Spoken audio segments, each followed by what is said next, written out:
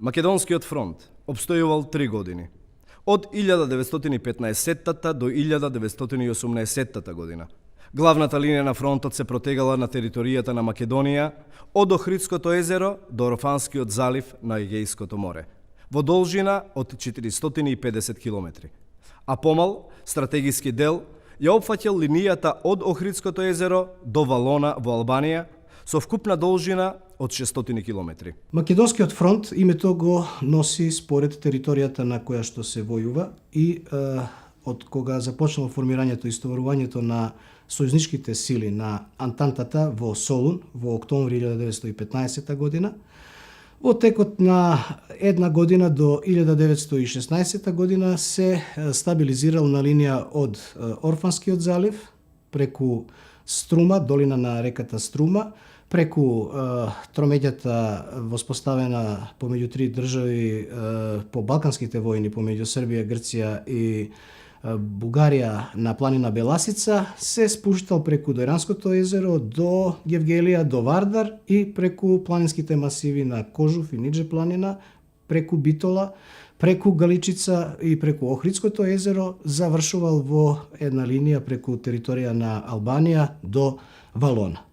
Македонскиот фронт почнал од градот Валона во Албанија, но тоа ние го ставаме за албанската историографија. Кај нас во Македонија тој почнува од Охридското езеро, завршува со Орфанскиот залив. Некаде опфаќа околу 350 до 450 километри, зависно од тоа како фронтот се менувал. Комплетно просторијата на која што се војува, линијата изнесувала близу 600 километри, од кои што 450 километри се на територија на Македонија. Онаа територија историска на Македонија која што е препознаена и во научните белешки, војно-стручни оперативни наредби кои што се пишуваат од војските присутни на Македонскиот фронт и ја именуваат територијата во главно како македонска, односно дека фронтот на кој што тие се дојдени да војуваат го носи името македонски. Денес, на територијата на Република Македонија, од Дојран преку Битола до Охрид, на линијата од близу 220 километри. Како нем сведок се наоѓаат видливи траги од најтешките борби и паднатите жртви во рововите и војните објекти на Македонскиот фронт. На фронтот се водени сложени воени операции. Во големиот број тешки битки учествувале повеќе од 1 милион војници со големи човечки и материјални жртви на завојуваните страни. Создавањето на Македонскиот фронт започнало во октомври 1915 година со концентрацијата на силите на Антантата во Солун. Од средината на октомври до 10 ноември 1915 година во Солун пристигнале вкупно 65.000 француски и 85.000 британски војници. Тие сили биле наречени Источна војска и биле ставени под команда на францускиот генерал Морис Сарај. Нивна задача била да го обезбедат сообраќајот по железничката пруга Солун-Скопје, да стапат во врска со српската врховна команда и да го помогнат извлекувањето на српските единици кон Велес и кон Грција. Македонскиот фронт бил создаден по иницијатива на Антантата поради следните мотиви: да се спречи пробивањето на централните сили во Солун, а оттука кон Суец, Африка и Азија. Да се искористи Солун со околината за една противофанзива, за да се прекинат врските помеѓу германско, австро-унгарските и бугарските и турските сили и да се поврзат англо-француските со руските сили, да и се помогне на Србија во нејзината обнова и да се предупреди прогерманскиот крал Константин да не ја приклучи Грција кон централните сили. Силите на Антантата ја анулирале грчката окупација во егејскиот дел на Македонија, затоа што грчкиот крал Константин се прокламирал повеќе кон централните сили и од 3 јуни 1916 до ноември 1918 година воспоставиле своја окупација и команда на тој простор со главен центар во Солун. Така, Солун, Солунскиот залив и воопшто Егејскиот дел на Македонија станале слободно јадро, каде што силите на Антантата се подготвувале за пробив на фронтот. Иако територијата на Македонија непосредно пред Првата светска војна била поделена и омеѓена однатре со нови меѓудржавни граници, сепак за армиите на големите сили Македонија представувала едно цело и неделиво ткиво, а фронтот, формиран на таа територија, најчесто го именувале како Македонски фронт. Англискиот воен историчар Сирил Фолс во официјалната историја на воени операции на Велика Британија во Македонија наведува дека британската војска дошла на територија на античко Македонско кралство на Филип и Александар, дека Македонија не е по потекло грчка и дека доминантното население не е со грчко потекло. Во официјалната етнографска карта на Централна и Југоисточна Европа, издадена од Генералштабот на Британската воена канцеларија во Лондон во 1916 година, македонците се наведени и прикажани на картата како посебен народ, различен од грчкиот, српскиот и бугарскиот народ, заедно со 27 други народи кои во 1916 година војувале во Европа. Во октомври 1915 година српската војска располагала со 430.646 војници. Во формацијски поглед, српските сили биле организирани во 3 армии, односно 10 дивизии, од кои Битолската, Вардарската и Брегалничката дивизија со војници од Македонија броеле 65.393 војници. Нападот на централните сили врз Србија започнал со бомбардирањето на Белград на 6 ноември 1915 година. За кратко време, српските сили биле принудени на повлекување кон југ. Начин на фронтално војување, кое што малку било познато на македонските герилци, ќе придонесе и во ноември 1915 година во боевите кај Криволак, криволачките боеви или битките кај Криволак помеѓу овие во главном македонски војни обврзници на страна на централните сили и силите на Антантата, кои што предводени од францускиот генерал и командант на силите на Антантата во Македонија, генералот Морис Сарај, навлегле кон Криволак према Велес за да и помогнат на српската армија да се повлече во правец кон Солун.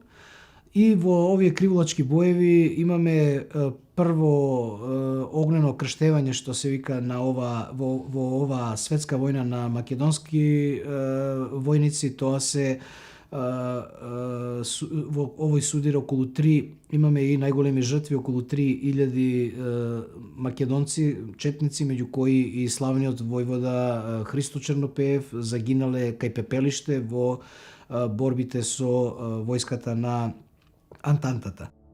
На територијата на Вардарскиот дел од Македонија, во воените судири во 1915 година, загинале голем број припадници на внатрешната македоно-одринска револуционерна организација. Само во борбите против британско-француските сили кај Криволак од 3 до 7 ноември 1915 година, во редовите на бугарската војска загинале близу 3000 македонски четници, кои што не биле извежбани за фронтално војување, туку за војување со примена на герилска тактика. По борбите кај Криволак, Костурино и Дојран, силите на бугарската армија успеале да ги потиснат англо-француските сили и до крајот на октомври да ги протераат на грчка територија, односно во Егејскиот дел на Македонија, пошто бугарската армија се утврдила на линијата Дојран-Гевгелија-Црна река со цврсти упоришта на планините Кожув и Беласица. Прекинувањето на прогонот на силите на Антантата било наложено од Германија. Имено Германија сакала да ја држи Бугарија активна во војната, бидејќи се предпоставувало дека доколку Бугарија ја освои цела Македонија, со тоа би ја остварила својата воена цел и повеќе не би учествувала во војната.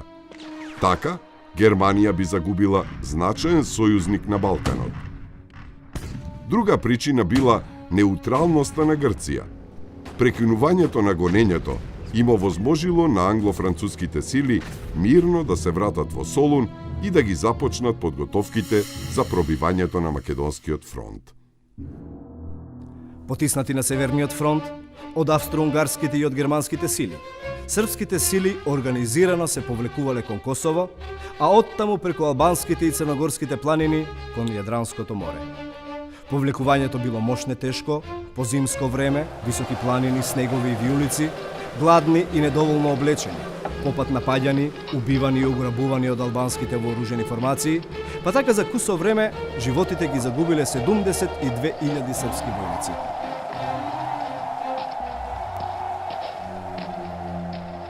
Од мобилизираните македонци во редовната српска војска, 27.143 регрути ги поминале албанските планини, додека бројот на мртвите не се знае. Во резервата биле мобилизирани 8.000 лица од Македонија. Од нив, 2.000 ја поминале Албанија, а 6.000 изгинале по албанските планини. Бугарските единици ги гонеле српските сили дури до Елбасан. По пристигнувањето на српската војска во пристаништата Сан Джовани, Драч и Валона, со сојузнички бродови била префрлена на островот Видо, а оттаму на островот Крв. Префрлувањето од Крв за Солун започнало на 13. април, а до крајот на мај 1916 година била префрлена целата српска војска, односно околу 150.000 војници и офицери. По кратката обука во почетокот на август, српската војска го зазела доделениот сектор на Македонскиот фронт од Вардар до Пелагонија. Првата армија од Вардар до Кожув. Втората армија од Кожув преку Ветерник и Добро поле до Кајмакчалан и третата армија од Кајмакчалан до патот Баница-Лерин. Доброволниот одред во состав од 1500 луѓе го покривал потегот од Битола кон Лерин и Корча. Во тоа време во Солун пристигнале и 2 француски и 1 италијанска дивизија. Централните сили во декември 1915 година ги распоредиле воените формации на Македонскиот фронт според наредбата на германската врховна команда. Во албанскиот дел на фронтот од Јонското море до Охридското езеро се распоредиле единиците на корпусот на австро-унгарската војска. Првата бугарска армија со 2 пешадиски дивизии, со 1 конјаничка бригада и 1 германски одред се утврдиле по линијата од Охридското езеро преку Битола долж границата со Грција до Прилеп. Зад оваа армиска група, како општа резерва, кај Велес и Штип, бил стациониран 1 германски алпски корпус. Една германска дивизија со 2 пешадиски дивизии и 1 бугарска дивизија од 2 бригади се утврдиле по должината на грчката граница од селото Ники до планината Беласица, северно од Дојранското езеро. Втората бугарска армија со 3 пешадиски дивизии се утврдила на линијата Струмица, Новосело, Петрич, Неврокоп и по долината на реката Места до Егејското море. Оваа фронтовска линија останала непроменета до мај 1916 година, кога бугарските војски во содејство со германските и со австро-унгарските сојузници ја зазеле Рупелската теснина. Потоа ги освоиле источните области од Егејскиот дел на Македонија до Егејското море, заземајќи ги градовите Драма, Серес и Кавала. Тука ја формирале Драмската воено-инспекцијска област. Во мај 1916 година, Македонскиот фронт се стабилизирал на достигнатата линија со тоа што војските на двете страни постојано се засилувале со нови единици. Антантата во тоа време располагала со околу 500.000 луѓе и со 180 авиони. Во средината на август 1916 година, силите на Антантата го имале следниот распоред. Британските трупи се распоредиле на секторот од Орфанскиот залив по долината на реката Струма до Бутковското езеро и по падините на планината Круша до реката Галик.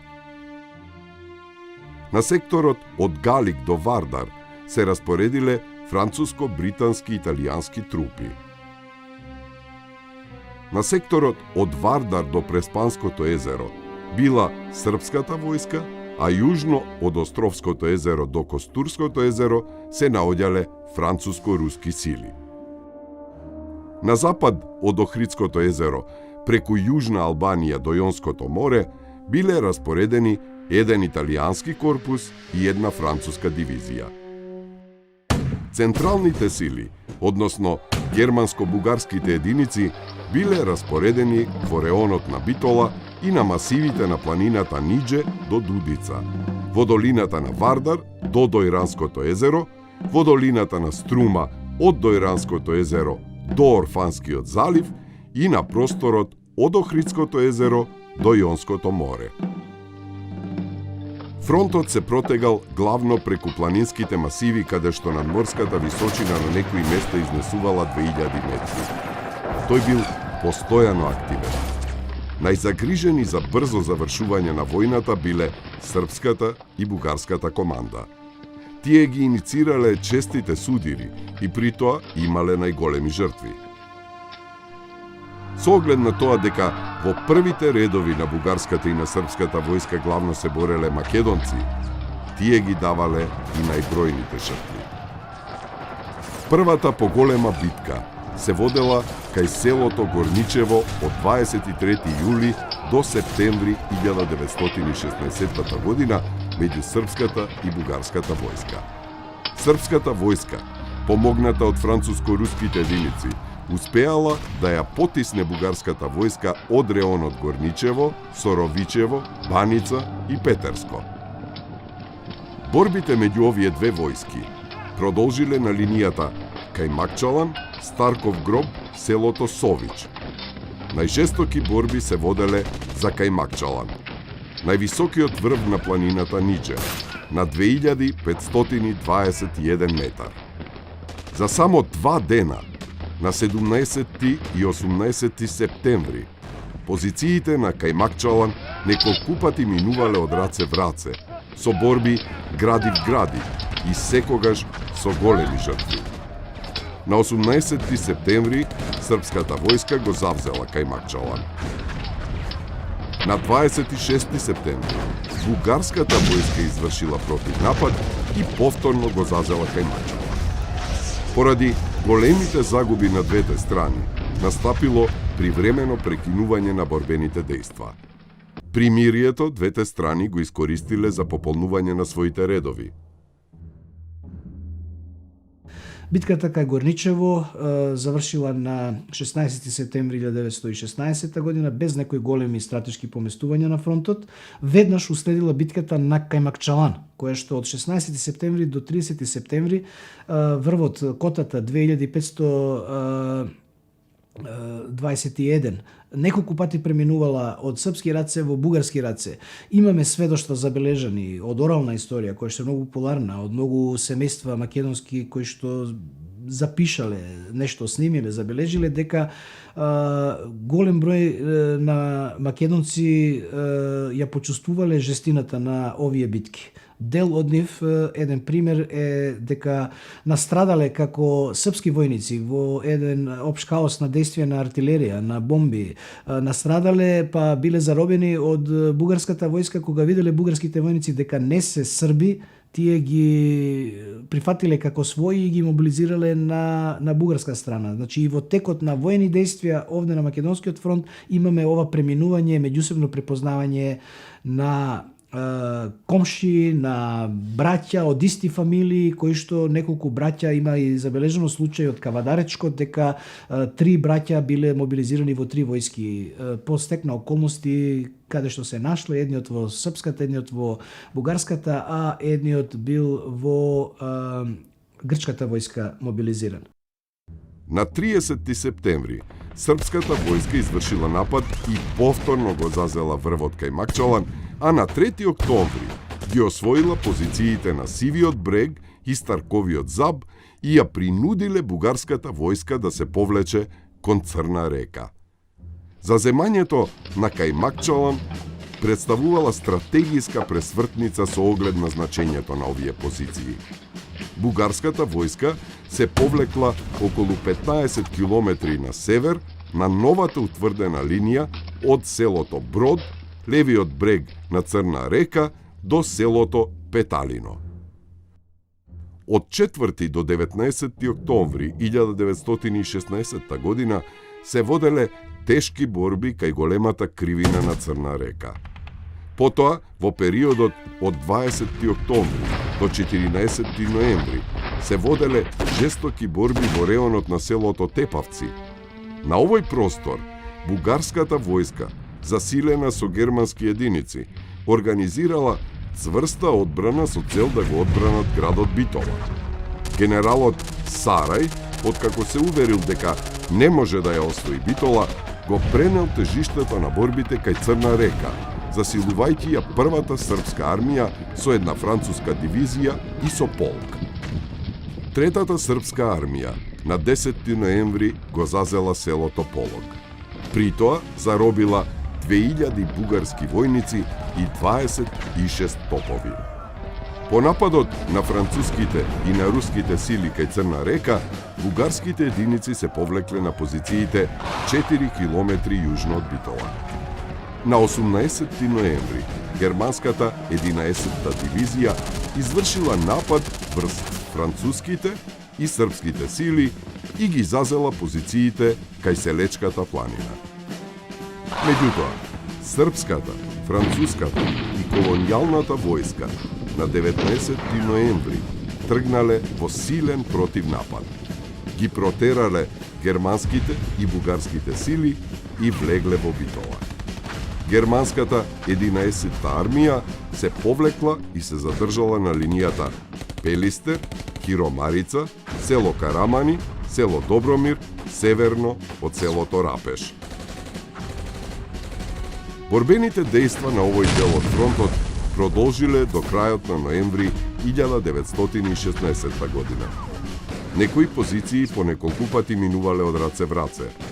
Во тие борби, сојузничките сили заробиле 170 офицери и 7000 подофицери и војници.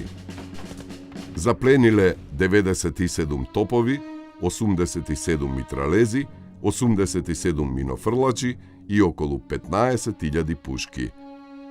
Сојузничките загуби изнесувале 1209 офицери и 31.432 подофицери и војници загинати, ранети и исчезнати. Истовремено, во егејскиот дел на Македонија, бугарските сили кај Драма и Кавала го разбиле 4-тиот грчки корпус и ја воспоставиле границата од Орфанскиот залив по долината на реката Струма до планината Круша. Од 6 декември 1916 година на целиот македонски фронт се поминало на позицијско војување и на зацврстување на одбранбените позиции. Новопоставената фронтовска линија со повремени измени траела до конечното пробивање на Македонскиот фронт во 1918 година. за изненадување на централните сили, тие го одбраат теренот за напад на фронтот некаде тамо Мариовско кон Битола на висока надморска височина од 1800 метра надморска височина, каде што централните сили воопшто не планирале дека тука ќе бидат нападнати, дека тука ќе биде пробивот на македонскиот фронт. Тие рачунале или тие сметале дека Антантата, ако нападне веќе на централните сили на фронтот, тоа ќе биде или Битолско, или потечењето на реката Вардар, или евентуално тамо Дојранско на тој дел од Источна Македонија. Германските и бугарските единици, по повлекувањето од Битола, ги зазеле позициите на северозападните падини на планината Баба и на падините на Црн врв. Од овие позиции, од март до октомври 1917 година, тие ја бомбардирале Битола 18 пати, употребувајќи 8574 гранати со бојни отрови, при кои што загинале 155 лица, а 40 биле ранети и биле разурнати 1109 згради. За земањето на Битола во ноември 1916 година набрзо ќе му ја донесе најтешката судбина на градот Битола, на битолчани и воопшто на македонскиот народ и земја.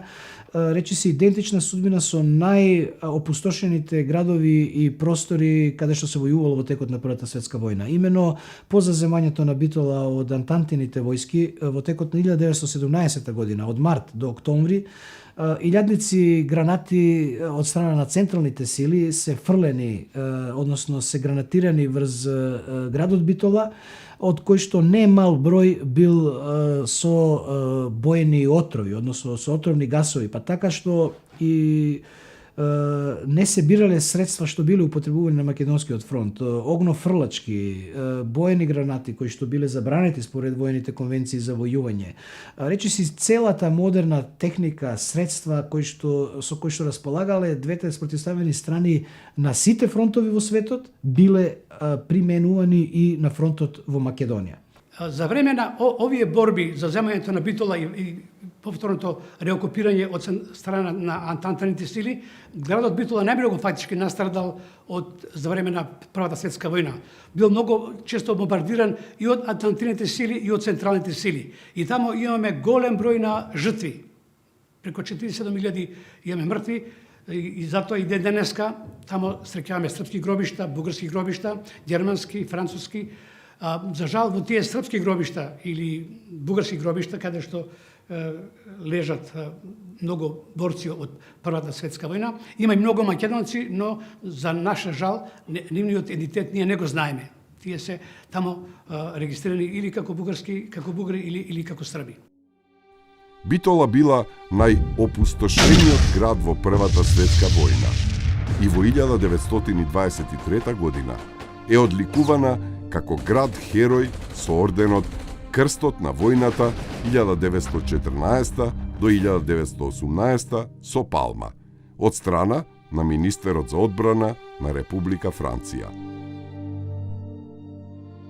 Покрај битолскиот сектор, кој што бил главен правец за дејствување на фронтот, особено тешки борби со големи човечки и материјални жртви се водени и на дојранскиот сектор од фронтот.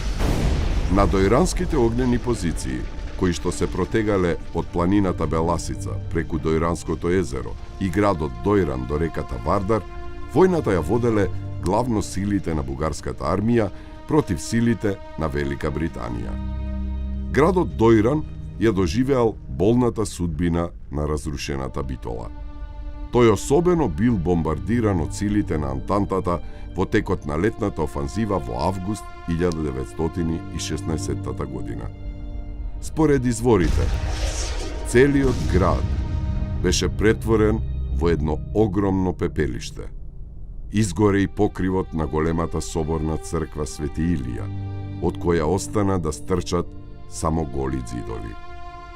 Небото беше нажарено, црвено како бакарна тепсија, фрлајќи од блесоци по околните врвови и чуки. Гореше Дојран. Запален беше од безбројно истреланите гранати од антантината артилерија. Безбројните пожари ги движеа високо своите пламени јазици. Сега градот е наполно мртов. Во август 1916 година речиси до темел бил разурнат градот, населението било евакуирано со сите своји материјални добра што можеле во тој момент да ги понесат. Дел од тие добра морале да им ги остават на окупаторските војски, дел фрлале во езерото со надеж дека некогаш кога ќе се вратат ги криеле, повторно ќе си ги земат. Но и за градот Дојран, познат во историјата и како македонски Верден, стои една тешка, зла судбина во време на Првата светска војна, каде што е разрушен градот до темел, а за сите овие страдања најдобро како неми сведоци сведочат и денеш остатоците од воените сообраќајници, ровови, војни објекти, наблюдувачници, бункери, митралески гнезда, лисичи дупки, каде што се криеле војските, воени складови под земја сокриени, воени хангари за авиони, импровизирани полски воени амбуланти, воени болници на цела територија на Македонија.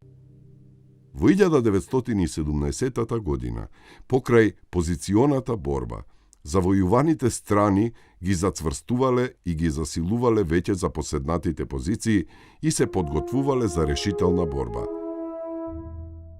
На 12 јуни 1917 година абдицирал грчкиот крал Константин, а новата влада ја формирал Венизелос, кој на 29 јуни ја приклучил Грција кон силите на Антантата. Влегувањето на Соединетите Американски држави во војната против централните сили во април 1917 година и приклучувањето на грчката влада кон Антантата придонело Антантата засилено да се подготвува за офанзива и пробивање на македонскиот фронт. Планот за општа офанзива предвидувал во Македонија да се действува од 3 оперативни подрачја, и тоа под 1 од Источна Македонија и во Тракиско по долината на реката Струма, кон Сер и Демирхисер, се до Орфанскиот залив. Под 2 по долината на реката Вардар во правец на Велес и Скопје и под 3 од Битолско во правец на Прилеп и Велес.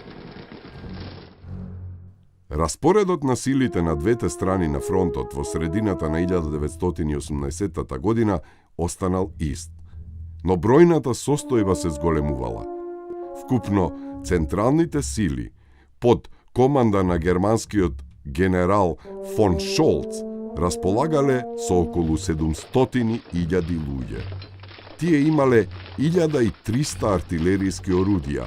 Тоа е помалку од претходните периоди на борбите, бидејќи германците ги повлекле на западниот фронт повеќето од своите батерии заедно со 2530 митралези и 80 авиони. Во јуни 1918 година за командант на силите на Антантата бил поставен францускиот генерал Франше де Пере. Тој располагал со 574.000 луѓе, 1600 топови, 2680 митралези и 200 авиони. Во текот на јуни 1918 година, позициите на сојузниците на Македонскиот фронт ги посетил американскиот воен аташе во Атина, генералот Бартлет, при што била разгледувана можноста за воена интервенција на Соединетите Американски држави на Македонскиот фронт. Меѓутоа, Соединетите Американски држави никогаш не објавиле војна на Турција, ниту пак на Бугарија и немале своји сили во Македонија. Целта на посетата на генералот Бартлет се доведува во врска со преговорите што американскиот амбасадор во Софија, Марфи, ги водел со Бугарија за склучување на сепаратен мир со Антантата и поактивно вклучување на американската политика во предвечерието на идната мировна конференција. Решавачка битка за пробој на Македонскиот фронт била Доброполската битка. Артилериските подготовки за пробивање на фронтот од страна на силите на Антантата започнале на 14 септември и траеле до 15 септември 1918 година. Во 5 часот На 15 септември, пешадијата излегла од своите засолништа и ги започнала нападите. Започнале жестоки борби, особено за главните позиции на централните сили каде што се воделе борби гради в гради. Најсилниот напад бил во секторот Сокол, Доброполе, Ветерник. На 16 септември српската војска го пробила фронтот кај Доброполе. Носител на пробојот била втората српска армија, во чиј состав имало и француски единици, војници од француските колонии. Разбиените бугарски единици биле од првата бугарска армија. По пробивот, сите сили на Антантата тргнале во офанзива. Скоро истовремено со пробојот кај Доброполе биле извршени и пробои на фронтот кај Гевгелија, Дојран, Битола и на други места. На тој начин, сојузничките сили навлегле во Вардарска Македонија од повеќе точки на фронтот. Разбиените бугарски и германски сили во неред се повлекувале кон Грацко, Велес, Штип, Кочани, Горна Џумаја и кон Велес, Скопје, Качаник. Со повлекување на бугарските и германските сили од Битола и Охрид, од Албанија се повлекла и австро-унгарската војска и со тоа отстапила простор на италијанската војска да продре во Албанија. Целата тежина на Македонскиот фронт останал најмногу да го бранат бугарската армија. Меѓутоа, бугарската армија, која што војуваше скоро 7 години во Македонија, вклучително со Првата и Втората Балканска војна, веќе кај незе се појави една деморализација, една апатија. Почна бугарската војска и да дезертира, не ги исполнуваше задачите како порано што ги исполнуваше, така да се гледаше дека силите, централните сили, веќе тука се осламнати. На 23 септември, француската и српската војска влегле во Прилеп. На 27 септември бил завземен Велес, а на 29 Скопје. Во меѓувреме, на 26 септември, британците ја завзеле Струмица. Четите организацијата учествува речиси во ослободувањето на сите градови во Македонија, во поголемите места, како Тетово, Прилеп, Битола, Куманово, Охрид и така натаму. Така да за 10 дена фронтот е пробиен ни цела Македонија, со тоа што веќе некаде околу 25-26 септември силите на Антантата доаѓаат пред Скопје. Тука се одигруваат многу тешки битки, затоа што кога коњаницата на Антантата навлегува од Катланово овде кон Скопје, во едно мгловито време, врнежливо време, на 20 километри во близина на селото Лисиче не биле откриени од маглата и од дождот, коњаницата и другиот дел од војската, иако тие биле добро тука утврдени. Тука генерал Карлович, австро-унгарски генерал од хрватско потекло, имал голема број на војници, артилерија, коњаница, но по таа жестока битка и тука биле победени силите на централните сили и завршила, што се вели, Првата светска војна, со тоа што на 29 септември во Солун било случено примирие. Бугарската влада, согледувајќи ја состојбата на фронтот, на 29 септември 1918 година во Солун потпишала примирие. Со тоа, Бугарија капитулирала. На 30 септември биле прекинати сите борбени дејства.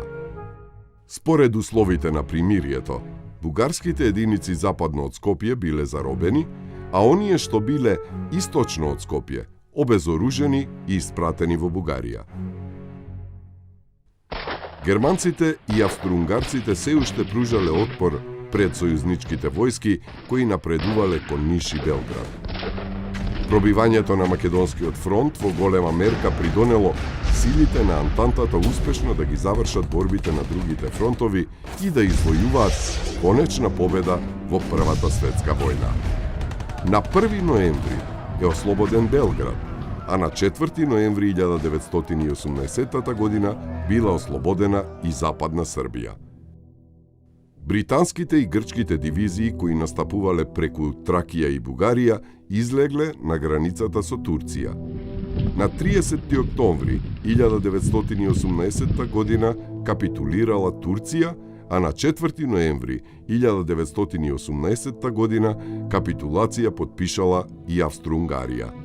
Германија потпишала капитулација на 11. ноември 1918 година.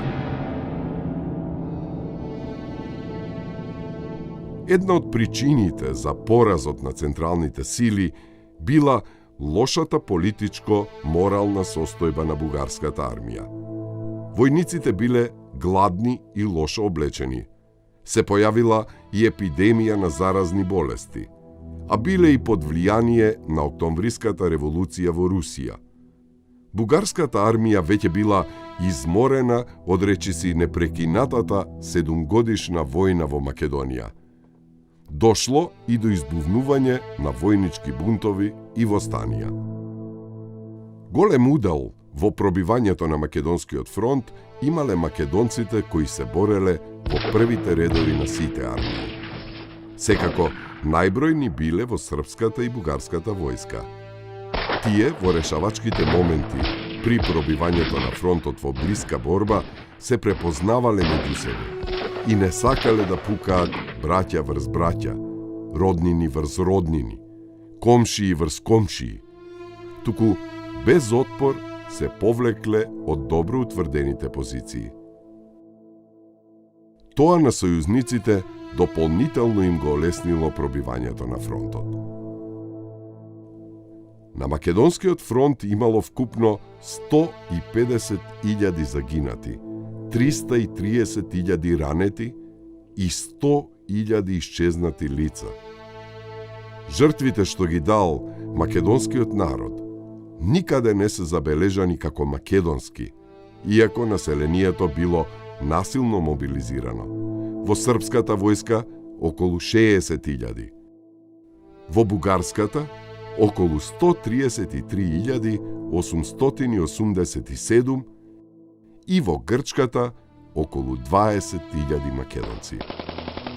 Вкупно, во Првата светска војна биле мобилизирани околу 213.000 македонци.